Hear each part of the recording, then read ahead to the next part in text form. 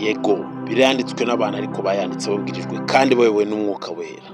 Nk'uko bivugwa mu rwa kabiri rwa Timoteyo 3:16, ibyanditswe byose byahumetswe n'Imana. Ibyanditswe byera byose byahumetswe n'Imana, bigira akamaro ko kwigisha umuntu, kumucyaha, kumukosora no kumutunganya mu butungane.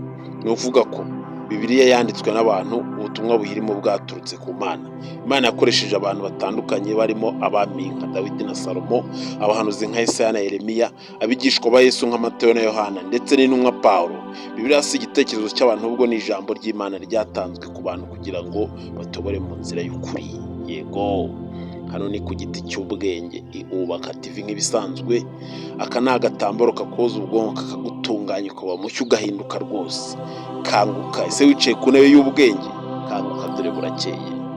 Iyo mbabwira n'Imana y'abantu, abo turi bo turi abantu b'Imana.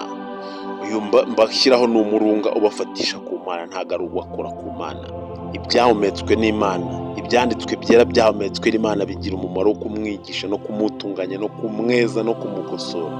Ntago ari ibyo kumutunganya ngo ab'igihoni, ntago ari ibyo kumugira injiji, ntago ari ibyo kumukoshesha, ntago ari ibyo kumujiji.